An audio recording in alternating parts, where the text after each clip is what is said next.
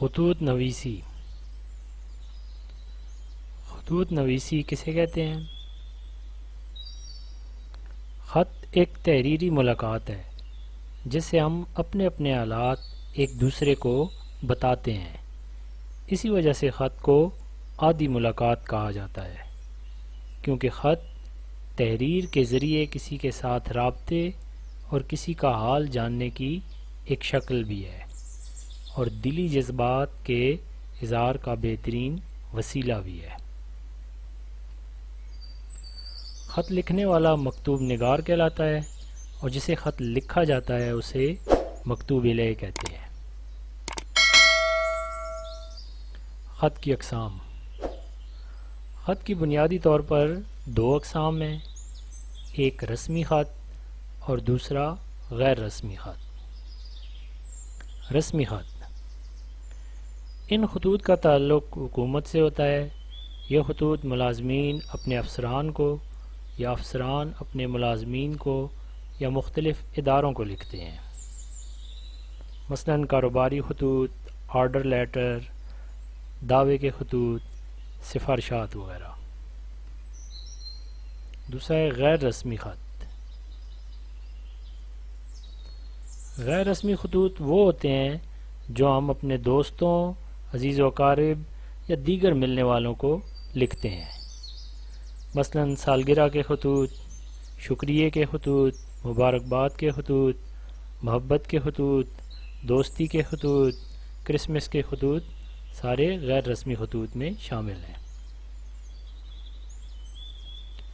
اچھے خط کی خصوصیات. ایک اچھے خط کے لیے ضروری ہے کہ خط لکھتے وقت کسی قسم کا کوئی تکلف نہ برتا جائے، یعنی کوئی بناوٹ نظر نہیں آنی چاہیے. دوسری بات، تحریر کو غیر ضروری تفصیلات سے بوجھل نہ بنایا جائے، سیدھی اور سادہ گفتگو کرنی چاہیے. مکتوب الیہ سے اس کے مقام و مرتبے کے مطابق مخاطب ہو کر بات کی جائے، یعنی جس کو خط لکھ رہے ہیں اس کے مرتبے کا خیال رکھا جائے اور اس کے مرتبے کا خیال رکھ کر اس سے گفتگو کی جائے.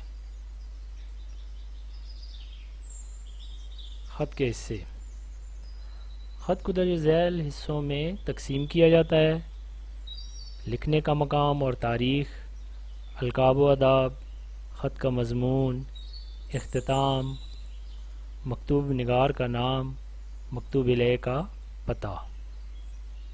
ان کی تفصیل سمجھتے ہیں کہ پہلا ہے لکھنے کا مقام اور تاریخ.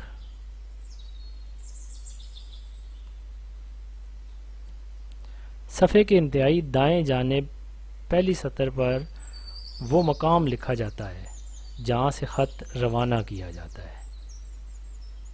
چونکہ امتحانی پرچے میں مقام کی نشاندہی کی اجازت نہیں ہوتی، اس لیے مقام کی جگہ آپ امتحانی مرکز لکھیے. اسی طرح امتحانی کمرہ، آزمائش گاہ، امتحان گاہ وغیرہ بھی لکھا جا سکتا ہے. لیکن یاد رکھیے کہ کمرہ امتحان کی ترکیب درست نہیں ہے، اس لیے اس سے گریز کیا جائے. اور امتحانی مرکز کے نیچے نئی سطر پر تاریخ لکھیے. تاریخ اردو میں لکھیے. تاریخ کے ہندسے اردو زبان میں استعمال ہونے والے ہی استعمال کریں.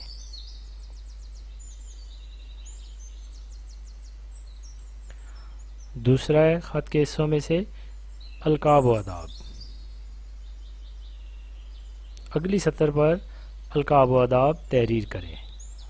القاب و آداب لکھتے وقت یعنی جو بات پیچھے بتائی گئی کہ مکتوب الیہ یعنی جسے خط لکھا جا رہا ہے اس کے مرتبے کا خیال رکھیے اور اس کے لحاظ سے القاب و آداب استعمال کریں.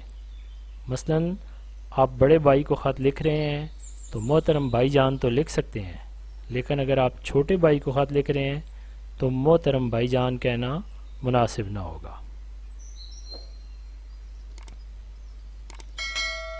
پھر اگلی چیز ہے، اگلا حصہ ہے خط کا مضمون. یعنی جس موضوع پر خط لکھنا ہے۔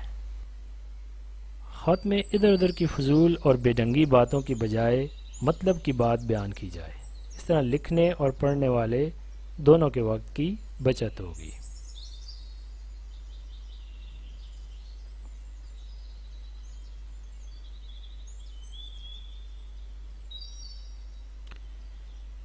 اختتام: خط کا اختتام کسی دعا پر کرنا چاہیے۔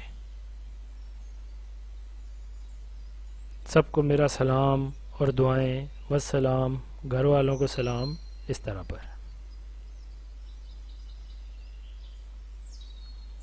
پھر ہے مکتوب نگار کا نام، یعنی جو خط لکھنے والا ہے اس کا نام۔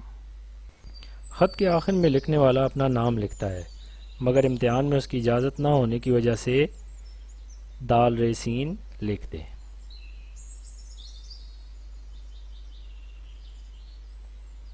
مکتوب الیہ کا پتہ، یعنی جسے خط لکھا جا رہا ہے اس کا پتہ۔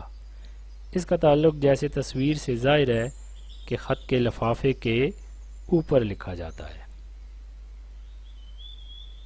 اب نمونے کا خط، چھوٹے بھائی کے نام تعلیمی نصیحت کے خط کا نمونہ۔ اس میں دیکھیں پیشانی پہ کیا لکھا جا رہا ہے، القاب و آداب کیا ہیں، نفس مضمون اور اختتامیہ کس طرح ہوا ہے۔